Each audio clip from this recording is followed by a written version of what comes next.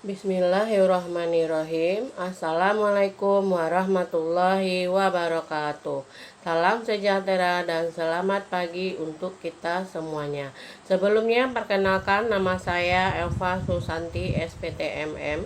Saya merupakan salah satu dosen di program studi Manajemen Fakultas Ekonomi dan Bisnis Universitas Putra Indonesia YPTK Padang di Sumatera Barat dengan nomor NIDN 10 12 03 8303.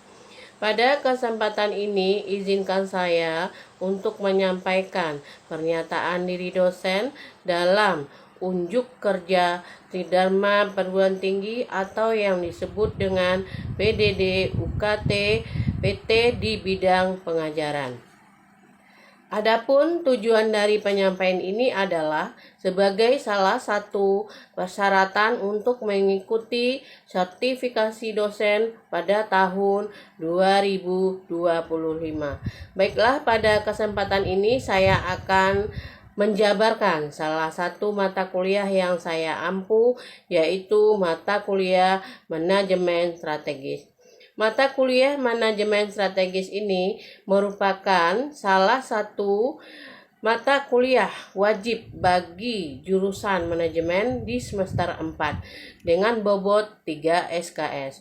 Untuk dapat mengambil mata kuliah ini, mahasiswa terlebih dahulu harus lulus dalam mata kuliah pengantar manajemen. Baiklah, kita lihat yang pertama deskripsi mata kuliah. Mata kuliah Manajemen Strategis itu berada di semester 4 dengan kode mata kuliah KBEM 43112 dengan bobot 3 SKS. Mata kuliah Manajemen Strategis ini mempelajari berbagai topik strategis pada manajemen baik perusahaan maupun organisasi lainnya. Perkembangan dan penerapan manajemen strategis dalam perusahaan dengan diawali dengan pembentukan filosofi, visi, misi, melakukan penilaian lingkungan strategis sehingga dapat memanfaatkan peluang yang ada, dan perumusan langkah-langkah strategis, audit strategis, serta kasus-kasus pada perusahaan.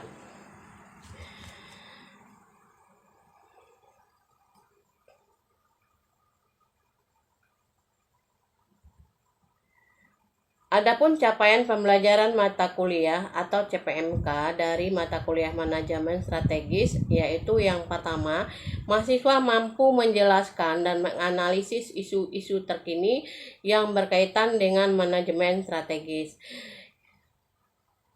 Yang kedua, CPMK yang diharapkan yaitu mahasiswa mampu menjelaskan berbagai konsep dalam mata kuliah manajemen strategis yang menjadi dasar teori dalam mengelola strategi yang efektif. CPMK yang ketiga, mahasiswa mampu mengambil keputusan dalam mengatasi masalah-masalah yang muncul dalam pengelolaan manajemen strategis. Materi pembelajaran pada mata kuliah Manajemen Strategis yang pertama, pendahuluan, pengenalan manajemen strategis. Yang kedua, definisi manajemen strategis, sejarah dan perkembangannya, serta ruang lingkup manajemen strategis. Yang ketiga, visi, misi, tujuan, dan sasaran operasional perusahaan. Yang keempat, model deskriptif manajemen strategis. Yang kelima, pengembangan kemampuan konsep, metode kasus, dan audit strategis. Yang keenam, manajer strategis. Yang ketujuh, lingkungan eksternal dan internal perusahaan. Yang kedelapan, formulasi strategi, analisis situasi, dan alternatif strategis. Yang kesembilan, implementasi dan pengawasan strategis. Yang kesepuluh, pemecahan kasus dengan menggunakan pendekatan manajemen strategis.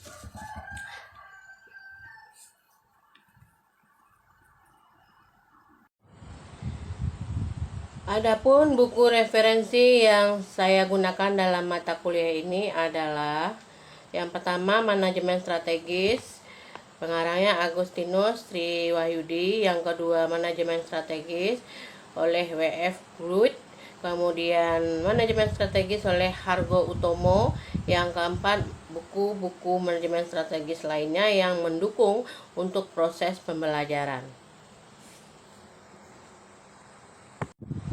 Jumlah pertemuan dalam mata kuliah manajemen strategis adalah 16 kali pertemuan, di mana ada 2 pertemuan yang terdiri dari untuk ujian tengah semester atau UTS dan ujian akhir semester atau UAS. Sedangkan 14 pertemuan lagi untuk materi atau pembahasan.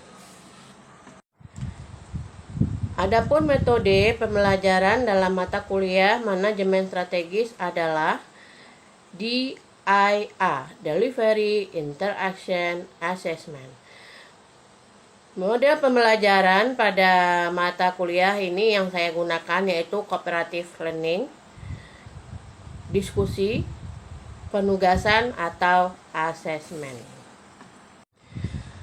Model pembelajaran mata kuliah manajemen strategis dapat menyajikan sistem pembelajaran yang terintegrasi, baik pertemuan tatap muka di kelas ataupun melalui platform LMS Universitas Putra Indonesia YPTK Padang untuk memudahkan mahasiswa dalam proses pembelajaran.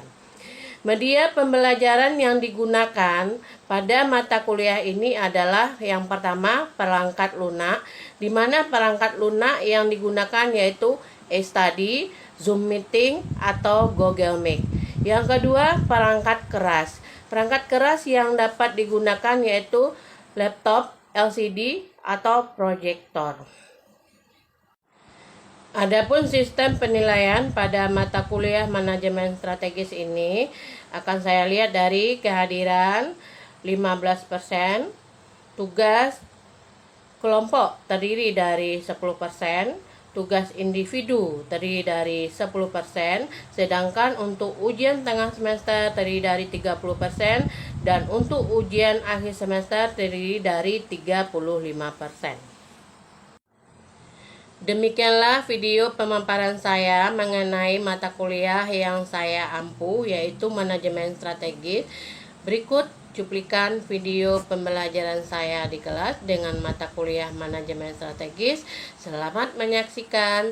Terima kasih. Wassalamualaikum warahmatullahi wabarakatuh. Bismillahirrahmanirrahim. Assalamualaikum warahmatullahi wabarakatuh. Waalaikumsalam warahmatullahi wabarakatuh.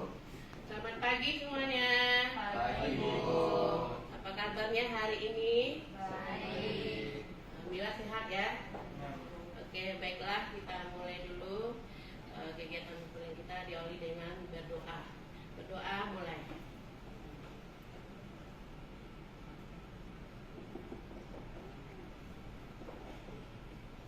Amin. Amin. Oke, selanjutnya Ibu absen dulu.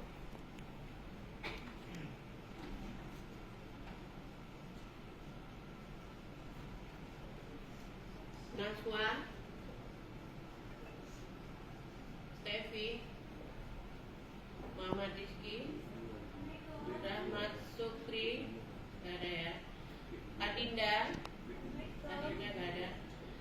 Albima ada. Amelia, kemudian Angga, ada ya.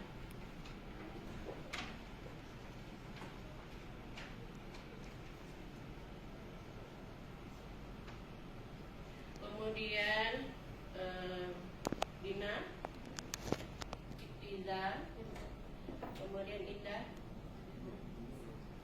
Muhammad Zahran, Nada, Nazira, kemudian Nur Ihsan, Patricia, Riatul, Rizal, Zaki, Khairul, ada Muhammad Gifari, Faisal, Raudatul,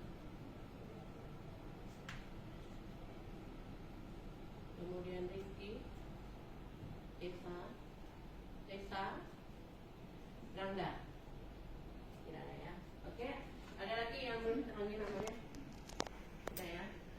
selanjutnya Ibu akan mereview dulu ya materi kita, itu tentang evaluasi dan pemasaran. Masih ingat materi tentang evaluasi? Masih ingat? Masih ingat? Yang ingat coba angkat tangannya. Masih? Silakan. Berdiri. Cik, nggak apa-apa, lihat buku juga nggak apa-apa. Silakan. Evaluasi. Silakan. Riza. Silakan. Evaluasi. Evaluasi itu sangat penting ya bagi sebuah perusahaan. Jadi apa itu yang dikatakan dengan evaluasi? Silakan berdiri. Silakan. Ya. Suaranya agak keras, biar mendengar. Perkenalkan, nama saya Istina Fauzia. Ya. Nomor PP 239337. Evaluasi adalah proses sistematis untuk menilai dan mengukur nilai, kualitas atau efektivitas suatu program, proyek, produk atau kegiatan. Evaluasi bertujuan untuk memahami kekuatan dan kelemahan, serta untuk mengidentifikasi area perbaikan dan pengembangan. Oke, terima kasih ya. Oke, jadi itulah evaluasi. Jadi artinya evaluasi itu bagaimana kita melihat perubahan, ya, atau sejauh mana kemajuan yang terjadi di dalam sebuah usaha. Ya, jadi harus kontrol, ya, harus dievaluasi, harus dilihat kemajuannya, ya, atau ekspansi yang sudah terjadi di dalam sebuah usaha. Ya, itu tentang evaluasi. Oke, materi kita hari ini tentang inovasi strategis. Ya, bagaimana kita ketahui inovasi strategis ini ya merupakan setiap ide ya ataupun gagasan baru yang belum pernah ada ataupun diterbitkan sebelumnya. Jadi sebuah inovasi biasanya ini berisi terobosan baru mengenai sebuah hal yang diteliti ataupun yang dikembangkan. Jadi ini juga sangat penting ya bagi sebuah perusahaan, apalagi perusahaan yang bergerak di bidang produksi barang, apalagi yang menyangkut hubungannya dengan konsumsi. Bagaimana nanti tidak ketemu yang namanya titik jenuh, ya, atau bosan. Jadi ingat, konsumen ini punya tingkat jenuh, ya. Jadi bagaimana kita berupaya melakukan inovasi yang terbaru supaya nanti pelanggan kita itu setia, ya, supaya tidak berpaling ya ke produk yang lain. Jadi kita harus lakukan itu. Ya, Anda lihat produk mie instan ya, itu Super Mie ya, sampai saat sekarang ini masih eksis ya. Dengan inovasi yang diberikan, yang dibuktikan ke masyarakat ya, sehingga nanti dia itu tetap terlihat perubahannya, kemajuannya ya, terlihat tingkat, kalau kita dagang pasti yang diharapkan adalah tingkat keuntungannya, ya, tingkat pendapatannya itu semakin bagus. Jadi hal ini sangat penting.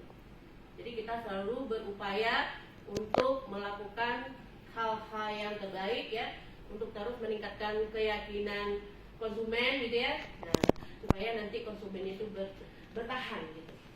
Ya, kalau kita kualitasnya oke, bisa dipertahankan, yakin ya dengan sendirinya manajemen pemasaran itu akan lebih bagus. Ya, ingat manajemen ini saling berhubungan ya antara yang satu manajemen dengan manajemen yang lainnya. Jadi bagaimana nanti sebelum memproduksi kita harus yakin dulu ya, ini pangsa pasar kemana, diminati oleh siapa gitu. Jadi kita harus jelas ya. Terutama ini bagaimana kita menguasai 3 konsumen ya. Jadi kelas atas, menengah, dan bawah. Nah, itu tergantung dari perusahaan. Jadi inovasi yang terbaru yang akan dimunculkan, yang akan diproduksikan ya, itu nanti pangsanya kemana. Apakah kita di kelas atas dulu dengan packing yang bagus, harganya mahal gitu ya, atau kita tiga-tiganya ya, 3 pangsa pasar kita ya. Jadi bagaimana nanti itu tergantung dari manajemen ya, atau keberanian sebuah perusahaan untuk melakukan inovasi gitu. Ya, jadi harus siap. Jadi untuk produksi bagaimana nanti tidak terjadinya permasalahan ya di bagian pemasaran. Jadi harus disurvei dulu. Nanti saya di pangsa pasar di daerah Solo misalkan atau di daerah mana, kita harus coba dulu, kita harus lihat dulu, pastikan produksi itu kita yakin akan bisa diterima oleh masyarakat. Itu ya inovasi.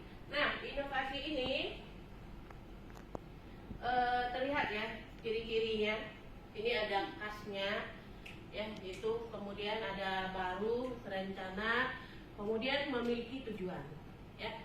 Kalau kita lihat khas ya, kalau khas itu mempunyai keunikan sendiri gitu ya. Nah, Anda lihat contohnya rumah makan gitu ya, pasti ada keunikannya. Misalkan rumah makan dengan ciri khasnya gulai ikan karang misalkan ya, atau perusahaan itu dengan ciri khasnya packingnya yang menarik gitu, atau dengan rasa yang lebih unik lagi gitu. Jadi ada yang menjadi nilai jual tersendiri gitu, sehingga nanti memunculkan minat pembeli ya itu lebih baik gitu. Jadi ada keunikannya gitu. Ya. Kemudian baru ya. Nah, ini pasti ya hal yang terbaru, ide terbaru yang belum pernah muncul atau belum pernah dijual oleh perusahaan lain. Jadi bagaimana kita mampu gitu. Ya. Kemudian terencana, terplanning dengan bagus ya, sehingga nanti tidak terjadi permasalahan di pangsa pasar atau di manajemen pemasarannya. Ya. Kemudian yang pasti tujuannya kalau kita sudah berinovasi, apa tujuannya kita? Apa tujuannya? Sudah kita publikasikan, sudah kita jual ya. Tujuan kita apa? Tujuan kita keuntungan. Ya. Pasti kita mau meningkatkan pendapatan, keuntungan yang lebih bagus gitu ya. Nah, lebih memperluas pangsa pasar lagi gitu ya. Nah, itu tujuan kita. Ya, jadi kalau dagang tujuannya adalah income. Apa itu income? Pendapatan ya. Bagaimana nanti kita bisa terlihat ya, meningkat. Ya, pertumbuhan ekonomi yang sehat, manajemen perusahaan yang sehat, dia akan naik mukanya. Ya, makin terlihat kemajuannya. Jadi punya tujuan. Kalau tidak punya tujuan berarti belum jelas. Ya, jadi harus jelas dulu. Nanti saya inovasinya seperti ini, nanti target saya 1 triliun dalam 1 tahun misalkan. Ya, itu kan baru hipotesisnya ya, yang diharapkan. Tapi apakah sesuai nanti yang diharapkan? Maka kita harus lakukan yang namanya evaluasi. Nah, bagaimana yang diharapkan sesuai dengan hasil yang sesungguhnya. Nah, jadi kalau sesungguhnya itu udah jelas berarti. Kalau yang diharapkan berarti masih hipotesis gitu. Belum tahu ya berapa yang didapatkan sebenarnya. Tuh ya. Selanjutnya jenisnya sini ada 4 jenis ya. Itu ada penemuan, kemudian pengembangan, duplikasi, sintesis. Jadi di sini penemuan adalah kreasi suatu produk ya, jasa atau proses baru yang belum pernah dilakukan sebelumnya. Jadi seperti yang mau bilang tadi, yang punya ciri khas dan buatan terbaru yang belum bisa ya, yang belum bisa dilakukan oleh orang lain gitu. Nah, itu memang susah gampang ya.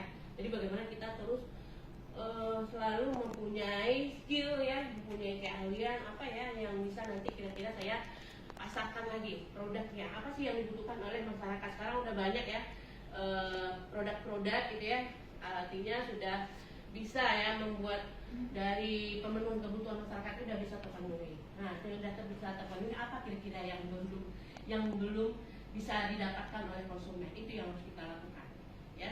Jadi kita harus bisa menemukan hal-hal itu dengan cara melihat kebenaran di lapangan. Ya, sekarang udah semakin santai ya. Laundry udah ada ya. Nah, zaman dulu nggak ada laundry, sekarang udah ada laundry gitu. Ya, kalau nggak bisa antar udah ada yang jemput gitu ya. Jadi sekarang udah mati keenakan orang sekarang ya.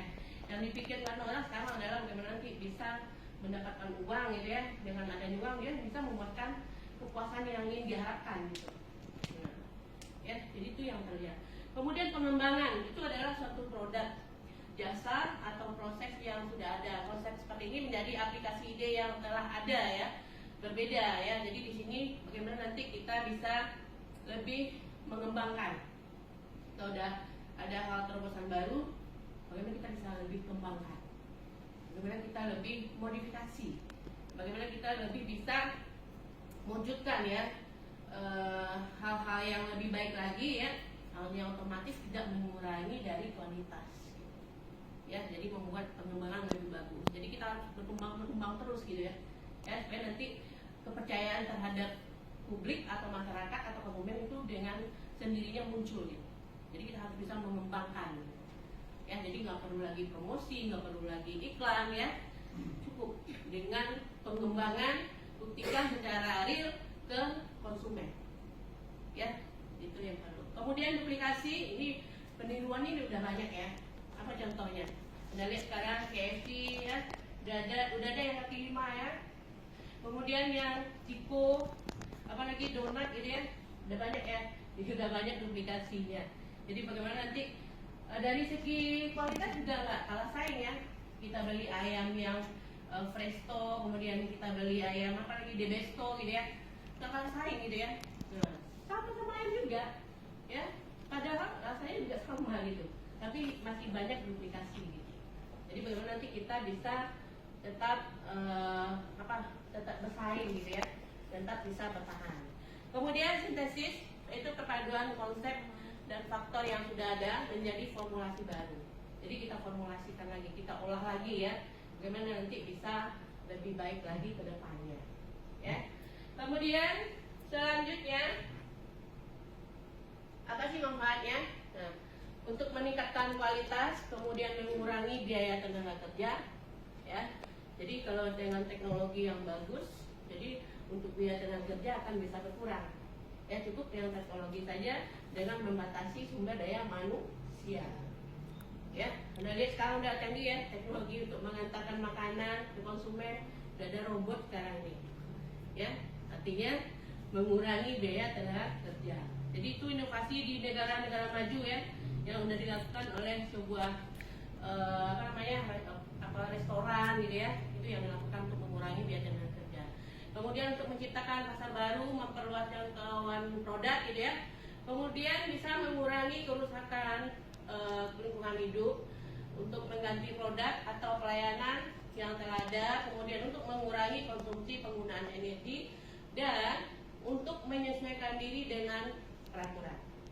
Jadi harus regulasi ya, inovasi harus regulasi, jangan nanti menyimpang gitu.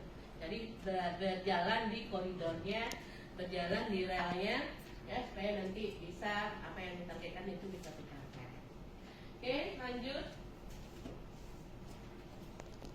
Jadi pentingnya inovasi dalam sebuah perusahaan ya, ini sangat berpengaruh ya, terutama ini untuk masalah kemajuannya ya. Jadi nanti ini kita bisa tetap ekspansi ya, terus bisa menguasai ya yang namanya perilaku konsumen ya. Jadi itu sangat penting dalam sebuah perusahaan. Kemudian kita lihat lagi 5 hal penting yang dapat diperoleh dari inovasi, yaitu ini yang kita bilangin tadi ya, keuntungan ya. Kemudian keuntungan yang lebih besar yang pastinya ya. Jadi besarnya itu nggak terbatas, boleh besar lebih boleh ya.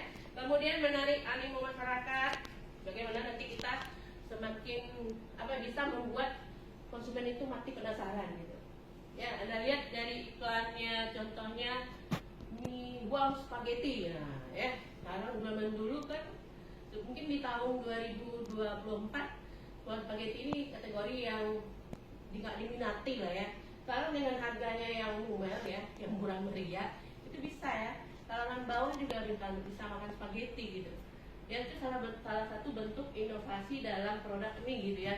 Itu yang kita lihat ya. Jadi dia mampu menarik ya animo masyarakat gitu ya. Bahkan makin banyak juga ya di zaman milenial ini, pecinta mie itu masih banyak gitu ya. Jadi dia semakin menarik perhatian ya dari masyarakat. Kemudian kita bisa mengikuti kemajuan teknologi, kemudian mempertahankan daya saing dengan kompetitor, kemudian mempermudah dalam melakukan promosi. Ya, jadi itu yang penting untuk Anda ketahui dari inovasi strategis. Sampai di sini ada yang mau ditanyakan? Ada? Ada? Jika tidak ada pertanyaan berarti sudah paham. Sekarang meminta Ananda memberikan kesimpulan. Silakan. Berdiri. Apa itu inovasi? Ada? Yang bisa? Tidak? Tidak? Apa itu inovasi? Silakan. Silakan. Silakan.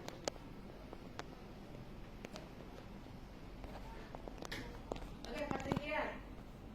Inovasi. Atau nada deh, berdiri. Inovasi adalah, silakan. Silakan. Silakan. Dibaca aja silakan. Silakan. Silakan. Silakan. Inovasi adalah, Boleh nggak? boleh. Inovasi adalah ide atau gagasan yang sebelumnya belum diterbitkan. Ya, itu saja. Oke ya. Jadi inovasi adalah gagasan atau ide yang belum pernah ada ya. Nah, jadi terobosan-terobosan baru yang harus mampu kita munculkan, kita hadirkan ya ke masyarakat. Oke, itu aja materi kita hari ini. Rasa cukup dan kita akhiri dengan membaca doa.